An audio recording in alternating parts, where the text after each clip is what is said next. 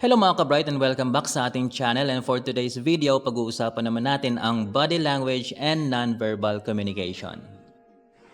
Karaniwan nating iniisip na pag sinabing communication ay involved lamang dito ang pagsasalita at pagsusulat. Pero kahit tahimik tayo, maaari pa rin tayong magbigay ng mensahe. Ang ating mukha, kilos, tindig, tingin at tono ng boses ay may ipinapahayag. Sa lesson na ito, alamin natin kung paano tayo nagbibigay at tumatanggap ng mga mensaheng hindi direktang sinasabi. Una, ano nga ba ang body language? Ang body language ay paraan ng pakikipag-ugnayan gamit ang kilos, facial expression, posture, eye contact, at iba pang physical na senyales.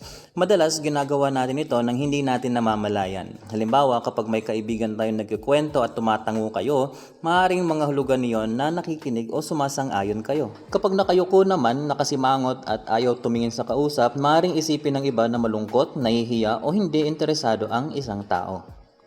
Kasama rin sa nonverbal communication ang tone of voice. Maaaring pareho ang mga salitang ginagamit natin pero nagbabago ang kahulugan depende sa paraan ng pagkakasabi. Sa makatuwid, palagi tayong nagbibigay at tumatanggap ng mga senyales kahit wala tayong sinasabi. Hindi sapat sa lahat ng pagkakataon ang mga salita lamang. Ang verbal communication ay tumutukoy sa mismong mga salitang ating sinasabi. Maaari natin itong pag-isipan, isulat, praktisin at isaulo. Samantala, ang non-verbal communication ay kinabibilangan ng ating facial expression, body movement, posture, gestures, at eye contact. Kahit tumigil tayo magsalita, patuloy pa rin nagbibigay ng mensahe ang ating katawan. Halimbawa, kapag sinabi ng estudyante na, "Interesado po ako sa lesson," pero nakayuko siya sa cellphone, hindi tumitingin sa guro at tila walang gana, maaaring magduda ang guro sa kanyang sinabi.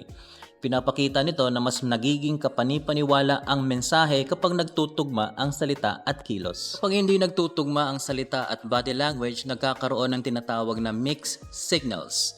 Halimbawa, may nagtanong sa iyo kung okay ka lang, sumagot ka ng oo, okay lang ako, pero mahina ang boses mo, nakayuko ka at malungkot ang mukha mo. Posibleng maramdaman ng kausap na hindi talaga tugma ang sagot mo sa iyong nararamdaman. Sa consistent signals, pareho ang mensahe ng salita, tono at kilos. Dahil dito, mas malinaw at mas madaling paniwalaan ang mensahe. Pero tandaan, hindi natin dapat husgahan ng isang tao base lamang sa isang kilos. Maaaring nakayuko siya dahil pagod, nahihiya o masama ang pakiramdam. Kailangan tignan ng kabuuang sitwasyon bago gumawa ng konklusyon. May iba't ibang papel ang body language sa ating communication. Ang unang tatlo ay repetition, contradiction at substitution. Una, repetition. Inuulit o pinalalakas ng kilos ang sinasabi nating mensahe. Halimbawa, habang sinasabi mong, "Doon ang library," itinuturo mo rin ang direksyon. Ikalawa, contradiction. Nangyayari ito kapag taliwas ang kilos sa sinasabi. Halimbawa, sinasabi mong masaya ako, pero nakasimangot ka at mabigat ang tono ng iyong boses. Ikatlo, substitution. Dito, ang kilos ang pumapalit sa salita. Halimbawa, sa halip na sabihin ang oo, maaari kang tumango. Sa halip na magsabi ng hello, maaari kang kumaway. Pinapakita nito na may mga pagkakataong kayang dagdagan o palitan ng kilos ang verbal message. Ang dalawa pang papel ng body language ay complementing at accenting. Ang complementing ay pagdaragdag ng kilos upang suportahan ang sinasabing mensahe. Halimbawa, sinabi mo sa kaibigan mo na, "Congratulations, ang galing mo." Habang nakangiti at masigla ang iyong boses, ang ngiti at tono ay nagdaragdag ng sincerity sa iyong papuri. Ang accenting naman ay pagbibigay diin sa isang bahagi ng mensahe. Halimbawa, kapag sinabi ng guru na, "Tandaan ninyo ang deadline." Maaring bagalan o lakasan ng kaunti ang pagkakasabi sa salitang deadline. Mahalaga ang paggamit nito pero kailangang angkop at kontrolado. Hindi kailangan manigaw o gumawa ng agresibong kilos para lamang magbigay diin. Bakit mahalaga ang body language? Sa ating kilos na ipapakita natin kung interesado ba tayo, nakikinig ba tayo, at paano tayo tumutugon sa kausap. Nakakaapekto rin ito sa impresyon ng ibang tao sa atin. Halimbawa, kapag may kaklase kayo nagsasalita at nakaharap kayo sa kanya, natural ang eye contact at nagbibigay kayo ng maikling tugon gaya ng "I see" o "Naintindihan ko." Pinapakita ninyong nakikinig kayo. Pero kapag nakatalikod, abala sa cellphone o nakikipag-usap sa iba, maaaring maramdaman ng speaker na hindi siya nire-respeto. Ang pag-unawa sa body language ay nakatutulong sa mas maayos na pakikipagkaibigan, group work, classroom participation, at pakikipag-usap sa mga guro at kapamilya. Ang mukha ang isa sa pinaka-expressive na bahagi ng ating katawan. Sa pamamagitan ng facial expressions na ipapakita natin ang saya, lungkot, galit, takot, pag-aalala at pagkagulat kahit wala tayong sinasabi. Halimbawa, ang pagtaas ng kilay ay maaaring magpakita ng pagtataka. Ang pagkunot ng noo ay maaaring tanda ng pagkalito, pag-aalala o matinding pagkiisip. Ang ngiti ay maaaring magpahayag ng saya o pagiging friendly. Gayunman, hindi lahat ng ngiti ay pareho ang kahulugan. May mga taong napapangiti kapag nahihiya o kinakabahan. Kaya hindi sapat na isang facial expression lamang ang ating obserbahan. Dapat itong iugnay sa sitwasyon, tono ng boses at iba pang kilos. Ang paraan ng ating pag-upo, pagtayo at paggalaw ay tinatawag na posture at body movement. Ang open posture ay maaaring makita sa relax na balikat, hindi nakakrus na mga braso at bahagyang pagharap o pagyuko patungo sa speaker. Karaniwang nagbibigay ito ng impresyon ng pagiging bukas, interesado at handang makinig. Ang closed posture naman ay maaaring makita sa nakakrus na braso, nakatalikod na katawan o tensyonadong balikat. Posibleng magpahiwatig ito ng discomfort, pag-iingat o kawalan ng interes. Pero hindi ito automatic. Maaaring nakakrus ang braso ng isang tao dahil malamig o nakayuko siya dahil pagod. Kaya mahalagang alamin muna ang konteksto bago bigyan ng kahulugan ang posture. Ang gestures ay mga kilos na ginagawa gamit ang mga kamay, braso, ulo o ibang bahagi ng katawan. Kasama rito ang pagkaway bilang pagpati, pagturo para magbigay ng direksyon, pagtango at paggamit ng mga daliri sa pagbibilang. Nakadaragdag ang gestures ng emphasis, linaw at emosyon sa sinasabi natin. Halimbawa, mas madaling sundan ang isang explanation kung may natural at angkop na hand movements ang speaker. Ngunit kailangang maging maingat dahil maaaring magkaiba ang kahulugan ng isang gesture depende sa kultura o sitwasyon. Ang kilos na normal sa isang lugar ay maaaring hindi komportable o hindi magalang para sa ibang tao. Kaya ang mahalagang tanong ay, angkop ba ang kilos na ito sa kausap, lugar at sitwasyon? Ang eye contact ay isang makapangyarihang bahagi ng nonverbal communication. Ang natural at komportableng eye contact ay maaaring magpakita na interesado tayo, nakikinig at mentally present sa conversation. Kapag halos walang eye contact, maaaring isipin ng iba na hindi interesado o umiiwas ang kausap. Ngunit posible ring mahiyain lamang siya, kinakabahan o may kulturang hindi naghihikayat ng direktang pagtingin sa mata. Sa kabilang banda, ang sobrang tagal at matinding pagtitig ay maaaring maging uncomfortable o intimidating. Ang goal ay hindi tuloy-tuloy natitigan ng kausap. Ang goal ay magkaroon ng natural na eye contact. Paminsan-minsang tumingin sa ibang direksyon at pagkatapos ay balik ang atensyon sa speaker. Ang touch ay maaari ring magbigay ng mensahe, ngunit dapat itong gamitin ng may paggalang, pag-iingat at malinaw na boundaries. Halimbawa, ang isang professional at angkop na handshake ay maaaring magpakita ng confidence at respect. Ang isang supportive gesture mula sa kapamilya ay maaaring magbigay ng comfort. Ngunit may mga uri ng paghawak na maaaring makaramdam ng pananakot, pagkontrol o kawalan ng respeto ang isang tao. Mahalagang tandaan na hindi pare-pareho ang comfort level ng lahat. Nakadepende rin ito sa kultura, relasyon, lugar at sitwasyon. Sa school setting, panatilihin ang personal boundaries at huwag basta humawak ng ibang tao nang walang pahintulot o malinaw na dahilan. Ang distansya natin sa ibang tao ay bahagi rin ng nonverbal communication. Tinatawag itong paggamit ng personal space. Ang intimate space mula 0 hanggang 18 inches ay karaniwang para lamang sa mga taong napakalapit sa atin, tulad ng malalapit na kapamilya. Ang personal space mula 18 inches hanggang 4 feet ay karaniwang ginagamit sa casual na pakikipag-usap sa mga kaibigan at kapamilya. Ang social space naman mula 4 hanggang 12 feet ay ginagamit sa mga kakilala, katrabaho, group discussions at mas formal na sitwasyon. Ang public space na 12 feet pataas ay karaniwang pagitan ng speaker at audience. Kapag sobrang lapit, maaaring makaramdam ng discomfort ang kausap. Kapag sobrang layo naman, maaari itong magmukhang malamig o disinteresado. Ngunit nagbabago ang preferred distance depende sa kultura, relasyon, lugar at sitwasyon. Voice or paralanguage. Bahagi rin ng nonverbal communication ng paralanguage o kung paano natin binibigkas ang ating mga salita.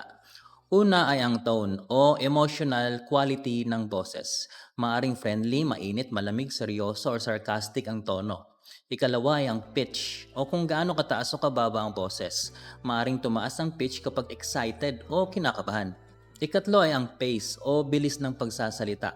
Kapag sobrang mabilis, maaaring mahirapang sumunod ng listeners. Kapag sobrang bagal, maaaring mawala ang kanilang atensyon. Kasama rin ang volume at pauses. Kailangang sapat ng lakas ng boses upang marinig pero hindi kailangan sumigaw. Ang tamang paghinto ay nagbibigay diin at nagbibigay ng oras sa audience para mag-isip. Tandaan, hindi lamang kung ano ang sinabi ang mahalaga, mahalaga rin kung paano ito sinabi. Paano natin babasahin ng tama ang nonverbal communication? Una, look for combinations. Huwag magbase sa isang kilos lamang. Tingnan ang facial expression, posture, eye contact, tono at mismong mga salita. Ikalawa, spot inconsistencies. Pansinin kung hindi nagtutugma ang salita at kilos. Pero sa halip na manghusga, maaari tayong magtanong ng maayos. Halimbawa, okay ka lang ba? Parang may bumabagabag sa iyo. Ikatlo, pay attention to your instincts. Pero wag itong ituring na siguradong katotohanan. Ang pakiramdam na may kakaiba ay maaaring maging dahilan para mag-obserba o magtanong, hindi para agad mag-akusa. Ikaapat, consider the context. Isaalang-alang ang kultura, relasyon, personalidad, kalagayan at lugar. Ang mahusay magbasa ng body language ay mapagmasid, ngunit hindi mapanghusga. Paano natin mapagbubuti ang sarili nating nonverbal communication? Ang unang tip ay manage your stress. Kapag stress tayo, maaaring maging magulo ang ating signals. Baka tumaas ang boses, bumilis ang pagsasalita, tumigas ang katawan o magmukhang galit kahit hindi naman yon ang intensyon. Bago sumagot sa isang tense na usapan, huminto muna, huminga ng malalim at saka magsalita. Ang ikalawang tip ay develop emotional awareness. Kilalanin kung ano ang iyong nararamdaman, tanungin ang sarili, galit ba ako, kinakabahan, nahihiya, o di naman kaya'y pagod. Kapag nauunawaan natin ang sarili nating emotions, mas nakokontrol natin ang signals na ipinapakita natin at mas nauunawaan natin ang ibang tao. Ang ikatlong tip ay be present. Kapag may kausap, ibigay ang iyong atensyon. Kung maaari, itabi muna ang cellphone at iwasan ang ibang distractions. Ay kaapat ay look for inconsistencies. Pansinin kung may pagkakaiba sa salita at kilos. Ngunit tandaan, ang mixed signal ay clue lamang, hindi automatic proof na nagsisinungaling ang isang tao.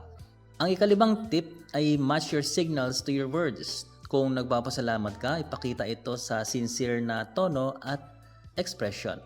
Kung humihingi ka ng paumanhin, iwasang tumawa o magmukhang hindi seryoso. Kung gusto mong mag-practice, pwede kang manood ng maikling eksena na nakamute tapos hulaan ang nararamdaman ng mga karakter gamit lamang ang kanilang body language.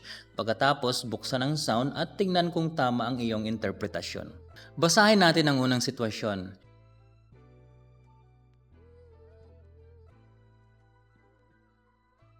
Iniisip ni Jack na maayos ang kanyang pakikitungo sa mga katrabaho, ngunit para sa ibang tao, intimidating at masyadong intense ang kanyang dating.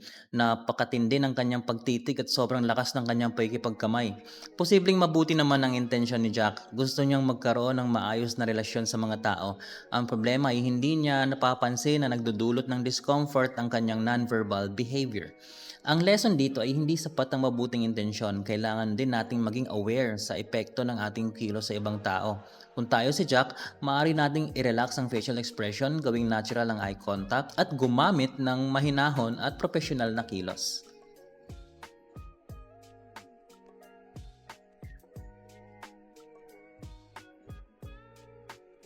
Sa ikalawang sitwasyon, si Arlene ay masayahin, nakakatawa at interesting kausap. Madalas din siyang tumawa at ngumiti.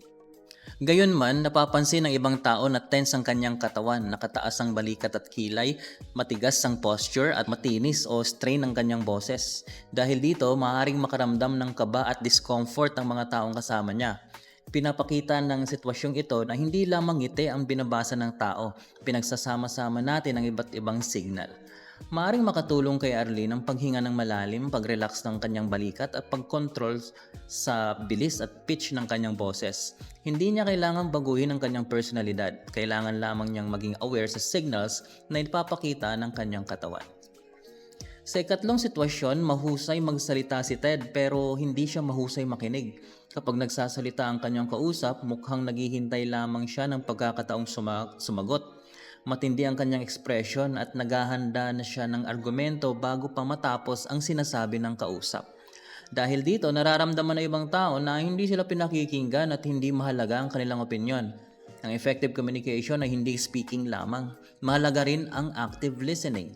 Kung tayo si Ted, maaari nating hintayin matapos ang kausap, iwasang sumingit, magkaroon ng relaxed na expression, at ulitin ang mahalagang punto bago magbigay ng sagot. Halimbawa, kung tama ang pagkaintindi ko, ang sinasabi mo ay parang ganon. So, sa ganitong paraan, pinapakita natin hindi lamang tayo naghihintay magsalita, talaga nakikinig tayo. Main takeaway.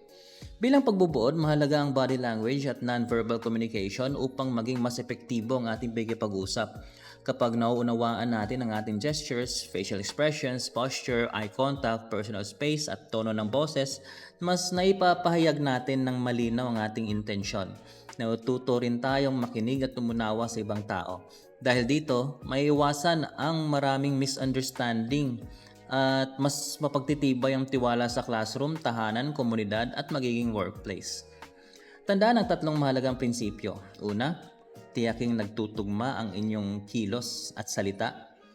Ikalawa, obserbahan ang kabuuang sitwasyon at huwag humusga batay sa isang signal lamang.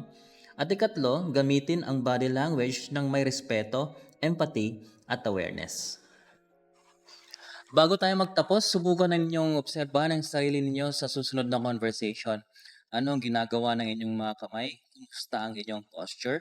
Natural ba ang inyong eye contact? At tugma ba ang inyong tono sa mensaheng nais ninyong ipahayag? Tandaan, effective communication happens when our words, voice, and actions work together. Maraming salamat mga ka-bright at magkita-kita tayo sa susunod na nating lesson. Goodbye!